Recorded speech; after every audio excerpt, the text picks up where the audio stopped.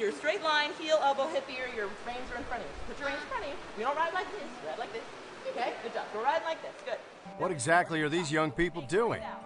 Well, they're learning how to properly sit and hold their reins. And they're hopping around because most of them are about to get on the back of a horse for the very first time. We had beginner lessons today. These were for the kids that have not got their own horse and probably have not had a riding lesson before. And they were able to use American quarter horses that were from our program here at Middle Tennessee State University and the University of Tennessee's equestrian program at Roger and Sandra Elder's farm in Maryville. We brought these horses in for the kids to enjoy a riding lesson, and we hope that they'll take that memory back with them and appreciate American quarter horses. Certainly the most fun thing we do with horses is to ride them, but there's lots of other things that are fun too. Taking care of them is fun. Watching them shed out all their icky winter hair and become beautiful and shiny in the spring is really fun. We like to watch them play. They're very amusing, you know, when they play. It's like watching kittens and puppies play. Horses enjoy being out and playing, and we like watching them.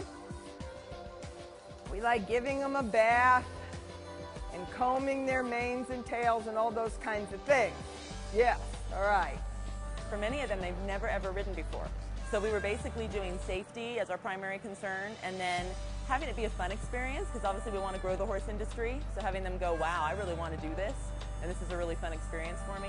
And learning how to be around the horses and how to steer, stop, start, and steer, all of those things. And again, where their body should be aligned and how they should address their horse. And we're really into empathy with the horse. So a lot of the petting you saw going on and things like that, because the horses are not a motorcycle, they're not a bike, they're a living, breathing creature, and it's so wonderful to teach the kids right away about that empathy. Christy Landwehr is the Chief Executive Officer of the Certified Horsemanship Association, whose goal is to promote excellence in safety and education for the benefit of the entire horse industry. A lot of our instructors, about 80% of them, teach primarily beginners and intermediates how to ride. And then once they get to the point where they're doing flying lead changes and things along those lines, then we send them off to an AQHA professional horseman if they want to do the regional and national shows. Or we send them off to a USDF, United States Dressage Federation instructor if they want to do dressage. So most of us teach recreational riders, and we teach the people that are just learning how to do a certain discipline. And then when they leave our instructors, they go on and do that certain discipline. So the first thing you have to do is make sure that your reins are short enough that you can speak to the horse with your hands. You're going to sit up and sit real still, bend your elbows just a little bit, and squeeze the reins like you're squeezing a sponge, and say, whoa. They want to think about what they're going to do and then do it. That will apply to riding, driving, figuring out what college you're going to go to, lots of things. So we want them to look where they want to go, think about where they want to go, and then communicate, in this case to the horse, where they want to go.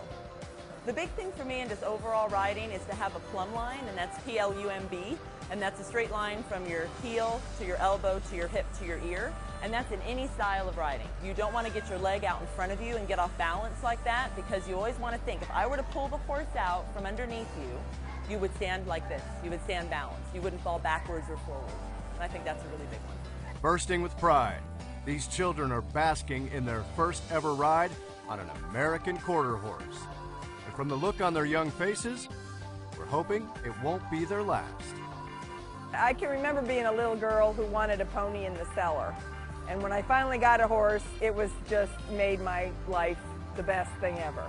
And so by being able to provide some other children with that opportunity, especially today when not everybody can have a horse in their backyard, it's very important to the horse industry. It's certainly important to AQHA, and I hope it's really important to those kids as well.